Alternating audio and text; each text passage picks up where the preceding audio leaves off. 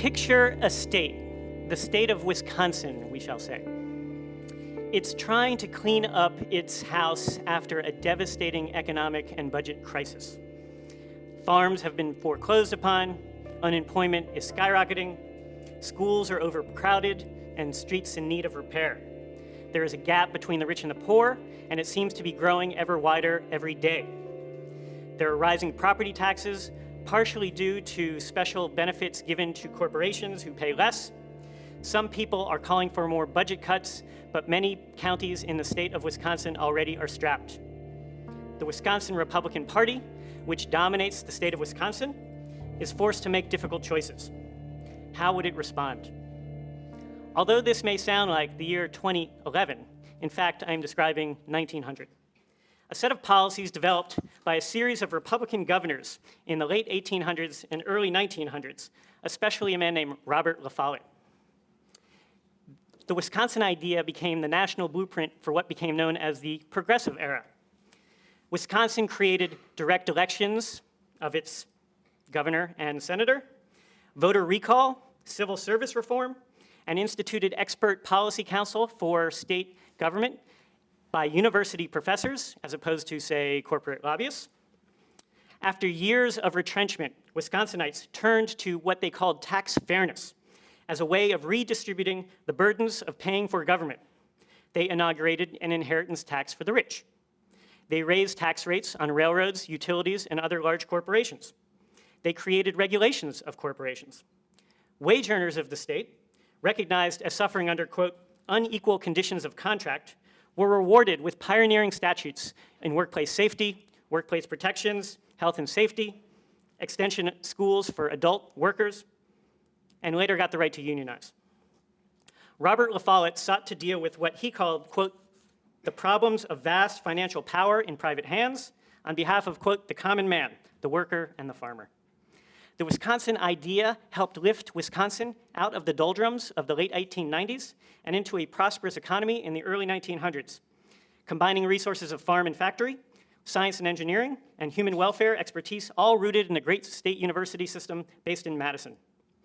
Wisconsin's progressive Republicans, in attacking, quote, monopoly and predatory wealth, were determined to fashion a future for their state in which workers and business people, farmers and students, all could find respect and a bright future. Soon, Wisconsin was the envy of the nation. Alas, the current governor, Scott Walker, and today's Wisconsin Republicans have responded quite differently to the challenges of economic dislocation and fiscal crisis. Indeed, it has been a very, very long time since you've heard a Republican in the state of Wisconsin say, as Robert La Follette did, the only salvation for the Republican Party lies in purging itself wholly from the influence of financial interest. Now, Republicans refuse to countenance tax increases in Wisconsin on wealthy people or corporations, or any other reforms to relieve the budget crunch. Instead, the current administration has singled out one group of citizens, public sector workers, for sacrifice, determining to cut their salaries, their benefits, and strip them of their long-held collective rights to bargain collectively. This, when only a month earlier, the new governor and legislature gave away enough money in tax breaks to corporations and wealthy Wisconsinites to actually result in creating the budget deficit that then he chose to solve by cutting public workers' pensions.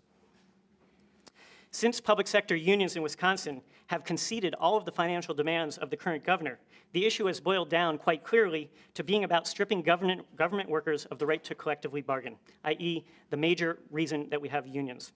Make no mistake, if Governor Walker and his allies win in Wisconsin, it would constitute the single biggest rollback of labor rights in the United States in decades. However, as some of us know, and others of us have learned, Madison is a capital city filled with public workers who take pride in their knowledge that Wisconsin was, in 1959, the first state actually to grant state workers the right to unionize.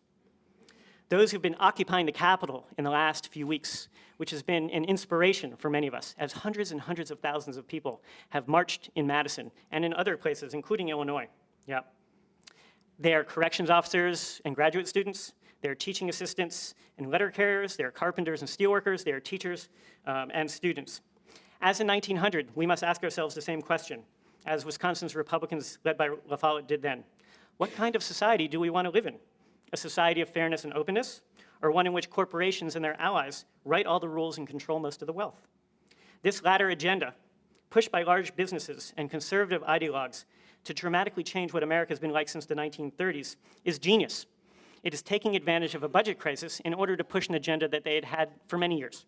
Right? It's also genius in its typical and traditional strategy of divide and conquer. Right? Make public sector workers the enemy and private sector workers the victims. Right? And so working class people and middle class people attack each other, while those in power, in fact, walk away with most of the money. A few points before I turn it over to some other folks to talk about this matter. The budget crisis in Wisconsin, which we hear so much about, including especially in the media, but also led by the governor of the state of Wisconsin. The budget crisis in Wisconsin is not due to public sector workers' salaries and their benefits. The reason why Wisconsin and other states are experiencing budget crisis is simple. It's because they're taking in less money in taxes, right? What's called the Great Recession that began in 2007 and 2008 resulted in a decline in revenue. If the economy is producing less money, the government's taking in less in taxes. However, when the government takes in less in taxes does not mean that what the government spends money on decreases. We still want the same schools, we still fight the same wars, we still have the same roads to be built and maintained, et cetera, right? And so essentially the cost of the government has remained the same, but the revenues that the state is taking in Wisconsin, Illinois, and others, has gone down, right? It has nothing to do with public sector workers suddenly making a fortune, yeah. Many states with no public sector workers' rights to unionize, in fact, have worse budget crises. If it was public sector workers and their pensions and their health care that was causing the budget crisis in Wisconsin, then those states that don't have public sector unions, logically, would be in fiscal happiness. However, Texas, Virginia, and North Carolina, 3 states who are notoriously anti-union and do not allow their public sector workers to unionize, all have worse financial crises than Wisconsin does. Right? And so it is a logical fallacy to suggest that public sector salaries and benefits are causing the budget crisis in Wisconsin, although that's what you constantly hear in the media, and you constantly hear the governor saying in Wisconsin, this is because of the budget crisis. Don't believe it, right? That's the talking point. That's not, in fact, the truth. So what is this about, right? If it's not, in fact, about the fact that public sector workers should have the right to unionize and public sector workers don't, in fact, break the bank, it's about destroying unions, pure and simple. Why would Governor Walker want to destroy unions, public sector unions in this case? I would suggest to you, as a historian of the United States, that unions are the single most important factor that has combated corporate power in America for the last 200 years. Right? That there is no other institution in American life that, in fact, potentially and occasionally has the power to stand up to corporation power. Right? Plain and simple. The great majority of Americans understand this. That is why, in the last month, we've seen an outpouring of support for those workers in Madison, right? That's why we've seen an outpouring of support in Illinois and many other states. That's why a recent study by the New York Times says that 2-to-1 Americans support the right of Americans, including public sector American workers, to unionize and collectively bargain. There's still, in other words, massive support for unions, right? Except among one group of Americans, those Americans who make more than $100,000. Right? Among those Americans, 40% of them actually support the right of workers to unionize, but the majority do not.